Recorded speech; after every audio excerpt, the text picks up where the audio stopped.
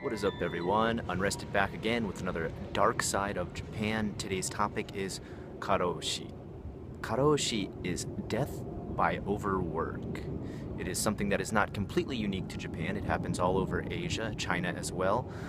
But today we're going to be talking about some of the cases in Japan and why and what makes Japanese corporations literally work people to death.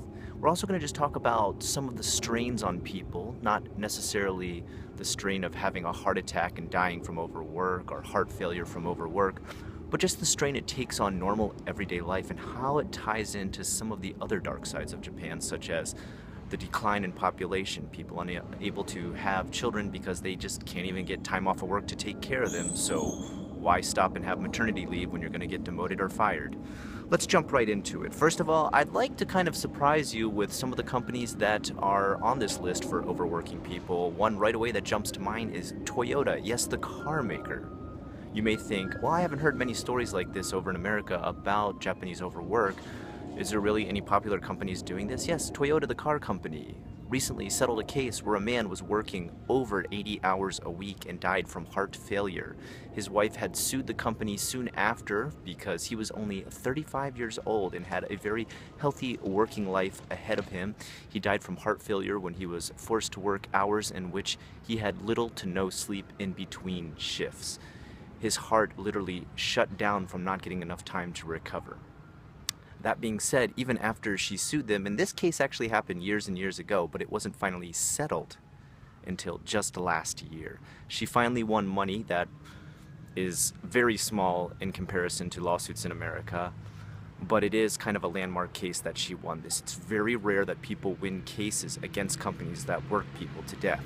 So, that just being said, let me just jump into a couple more examples here because what we've got is a bunch of companies that do this. I can't list all their names or the names of the people involved because when I did this before in one video, it got flagged by one of the companies who I listed because guess what? They don't like bad publicity. So what I'm going to do is I'm going to kind of circumnavigate that by just saying Mr. A, Mrs. B, and the kind of generic name for a company. If it's a snack company, I'm just going to call it a snack company. So let's jump right in there with Mr. A, 34 years old, snack company, was forced to work 110 hours a week, died of heart failure. Mr. B, 37, bus driver, a very dangerous job to be pushing someone through, worked 3,000 hours a year. I want you to do the math on that and figure out if that's safe for a bus driver to be working. He died after working 15 days straight with no break. Miss C, 22 years old, yes, very young, definitely should not be having a heart attack, which she died from.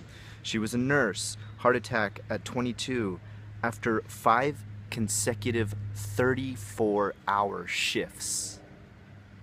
That's not supposed to be humanly possible. Now, one thing I want to say on a lighter side, on a positive note, is this is testament to how hard the Japanese people work.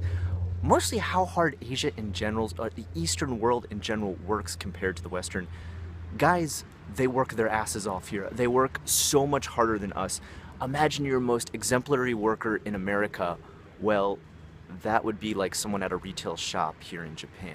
They would work so much harder than you'd ever imagine. Just to give you an example of a personal story. When I used to work at Eikaiwa, Nova for example, I would have many students who would, of course, list in their profiles what kind of job they worked because it makes a conversation between us very easy. I can ask them questions about their job. They would list things as an arubaito or part-time job.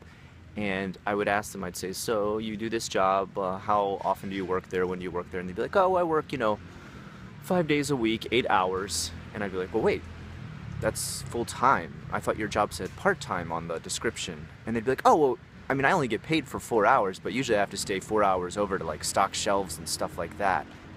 4 hours of overtime unpaid. It would literally end up doubling the amount of time they worked for half the pay. That's the kind of abuse that you can see at companies here in Japan. Even companies like Uniqlo, which is now in New York. Uniqlo is now being put under investigation for some of its very dirty working situations. And I don't mean in a sense of unclean, I mean in a sense of they're pushing people too hard. Check out some time some of the rules that they have for their employees, about time limits they have to fold shirts, about time limits they have to put stuff back, about time limits they have to answer a question, about time limits they have on how late they can be before they're docked a significant amount of pay. It's pretty incredible. And right now they're investigation because in New York, people are standing up for it. In the Western world, we don't like to get pushed around as much. Now, I will say in the Western world, I'm not going to stand up for us. Sometimes we are damn lazy guys. I've walked in some stores in America during my trip to Las Vegas, and maybe it's only Las Vegas, maybe I can only blame you guys. But I remember seeing things like going to American Apparel and someone had moved all the clothes off of a shelf that was like a table type shelf and was sitting on the table, and I was like, wow, really? In Japan you would be so fired. Anyway, let me just move on to complaints from Japanese people that I've talked to, and this comes straight from the mouths of the Japanese. I myself have worked for mostly gaijin, either gaijin-run corporations or half gaijin, half Japanese-based corporations, or as of now, I work for myself. So of course, I don't push myself any harder than I want to be. Although I would say I do work more than 8 hours a day. I definitely work more than 8 hours a day, but I love what I do. I draw, so I don't feel stressed out by my job. Let's put it that way. Japanese complaints, and these, I'm not going to name anybody because the people don't want to be identified. They work these jobs, they don't want to be fired from them. Holding back access to work that could get done. Okay, so one complaint I hear from a lot of Japanese people is that their bosses would literally hold back access to files or paperwork or things that they need to get done in order to end their day, in order to string out their work day longer. Long meetings about tangents. So what I mean by that is many meetings hosted during the day over things that just seem to trail off on tangents and never get any work done.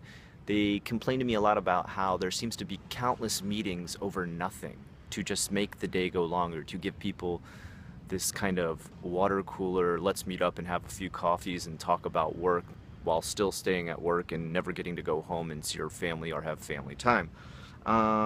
Stringing out the workday, just adding all kinds of things throughout the workday to make it last longer and longer. I remember I used to work at high schools and junior high schools and elementary schools, and teachers would tell me about how they would work there usually 7 to 7. I'd be like, well, what do you do that takes so long during the day? And they'd be like, well, I just kind of have to string it out. I just can't leave. And so I'll, grade a few papers, I'll get some coffee, grade a few more papers, go to the bathroom, grade a few more, go talk to some friends around here.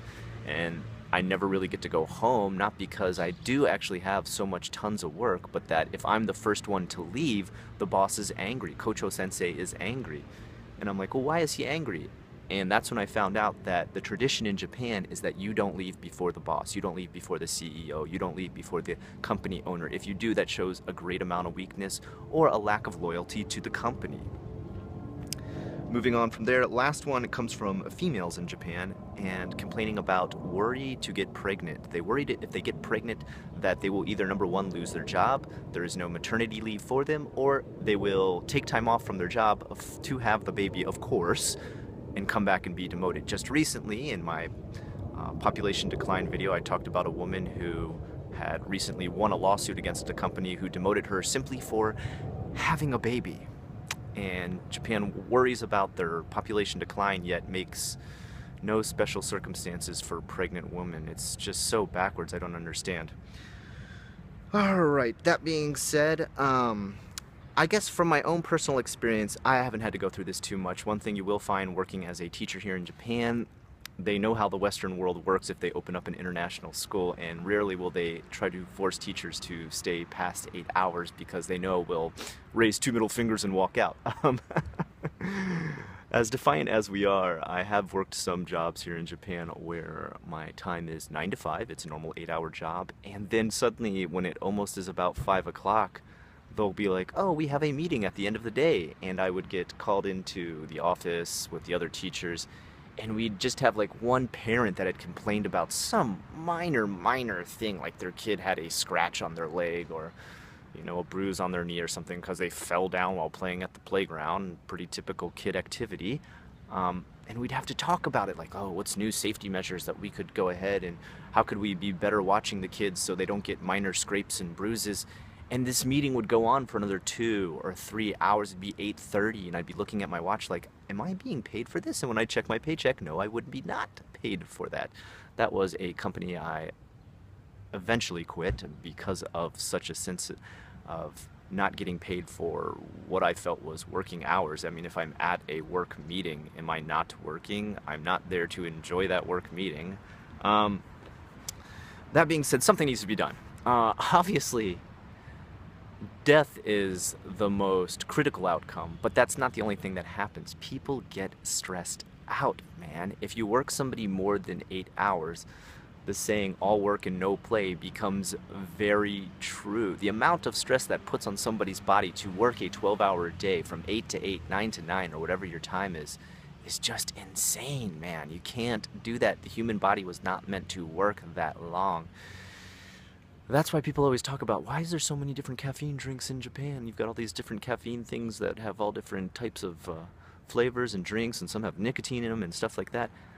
It's because they're constantly pushing themselves. If you look at most of our medicines in Japan, they're fueled by caffeine, and I'm talking super high levels of caffeine. It's to push people through the day. Getting a work day in which you can call in sick, very difficult in Japan. Unless you're like unable to stand up or get out of bed, you're probably not calling in. And it goes deeper than that. It takes away a lot of fathers' times from their children.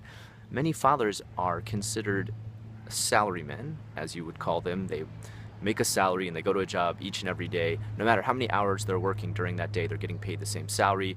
Usually yearly they get a raise, they get a yearly bonus. But that doesn't take away from the fact that those hours are not measured in any way because there is a salary. So if the boss decides, today I'm staying 12 hours, guess what? You're staying 12 hours too. If they decide they're doing an all-nighter, you're doing an all-nighter. You're not coming home. And this distance starts to form between a father and his son. I've seen this many a time where kids talk about, oh, I never saw my dad when I was a kid. If you look at the game Pokemon, this is a prime example of it reaching into the media. You never see fathers in that game. Well, I can tell you why. This is common in Japan. There's no fathers at home. The mom is always taking care of the kid. The father is assumed away at work. That's why you constantly see that premise in the game Pokemon.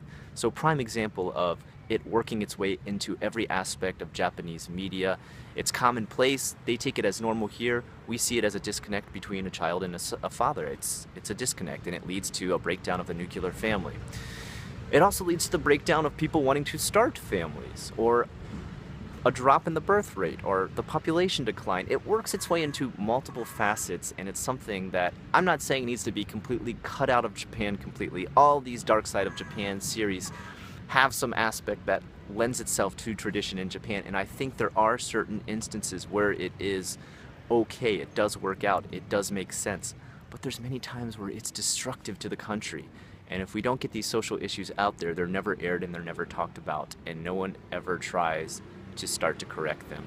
That being said, today was Dark Side of Japan, Karoshi, Death by Overwork. If you enjoyed what you saw today, please like, comment, and subscribe. I would love to hear your suggestions for future Dark Side of Japan series. Until next time, I am Unrested.